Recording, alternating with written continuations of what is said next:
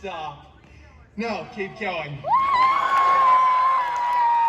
Wow, you should have seen the people walking by. All their heads snapped right over. Good advertising. All right, is everybody ready for the last show of the day? Very good. Now I need your help with this. I have no ideas, so I need you to shout out the name of your favorite story. Go! I couldn't make out a thing. Deadpool! Yeah, Deadpool. Oh, creative. Okay. In-N-Out Burger's not a story. Okay, no, that's enough. I can't listen to this anymore. It's painful. All right, we are going to do what was scheduled by my managers in Disney, because that's the easiest thing on me. This story is a personal favorite of mine. It's a beloved bedtime classic, and it was mashed up with a very profitable licensing agreement. Yeah, this kid's excited about that. This story is Cinder-pool. I'm glad you like it so much, because it's the only thing I'm gonna do. All right.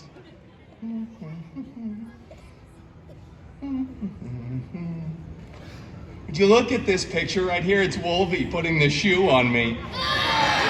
Oh, he'd never do that. Once upon a time, you know, it just doesn't feel right doing it by myself. We should all say those magical words together. Ready? Wolverine, get over here! Wow, that was bad.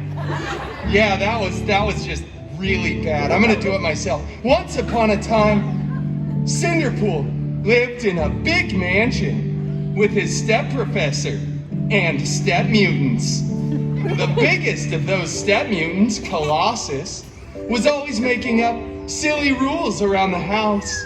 He would say things like, "Stop putting your initials on other people's leftovers in the fridge." And, "For the love of Feige, stop Donald ducking around the house. Put some pants on. What is wrong with you? Have you no..."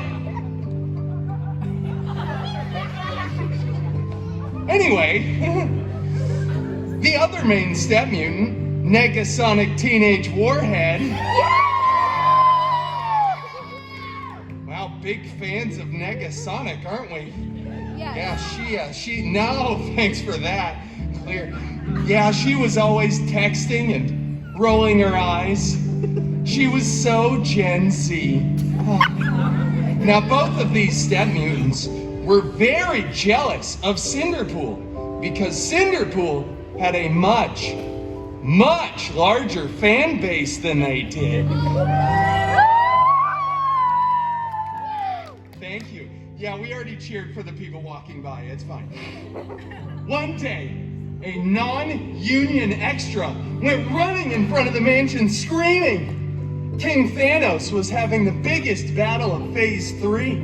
And we all know that was the last good phase. Yes, it was. Yes, it was. Now, Cinder-pool desperately wanted to go to the big battle, but Colossus said, "No, it is too dangerous, and you are not a good part of the team." Then he rips apart Cinder-pool's favorite costume, and Negasonic blasts it with her powers. It was so cool, so Gen Z, so on fleek, no cap sigma skibbity Ohio.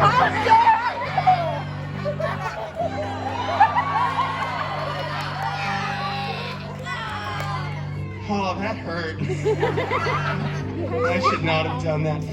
Oh, Cinder-pool was devastated, vulnerable, and exposed as he stumbled out onto the mansion grounds, weeping, desperately trying to earn that Oscar. But then he looked up and saw, beginning to form, a magical golden sparkle circle. And out of that sparkle circle stepped his fairy hairy god mutant, Wolverine! Deadpool's better.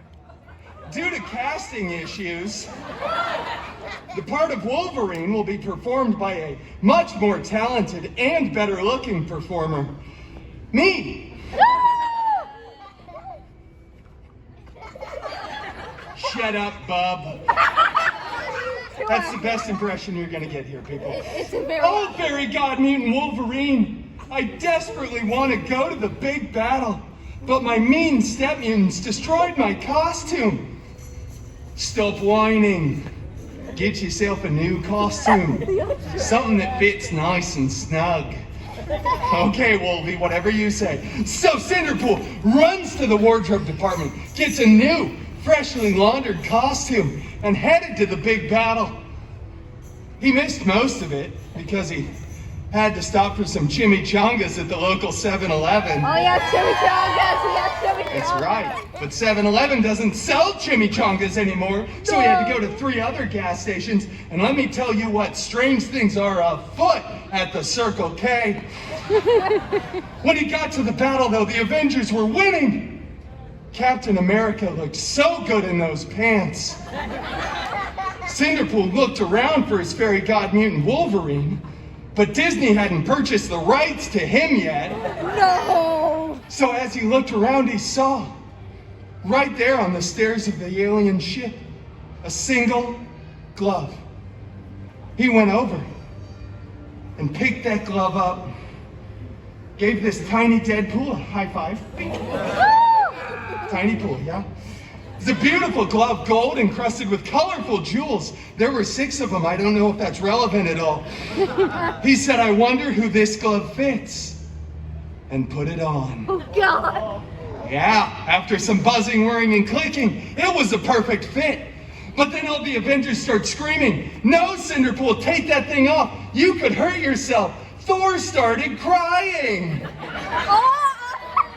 And all together, the Avengers said, Cinder-pool, do not snap. So we know what Cinder-pool did. Yeah. Cinder-pool snapped, both physically and mentally. Does it all the time. Just keeps snapping too. People are disappearing, reappearing. There's dogs falling out of the sky. It was really expensive for the VFX department. But eventually Cinder-pool stopped. Everybody was back. And Cinder-pool was the hero who saved the universe.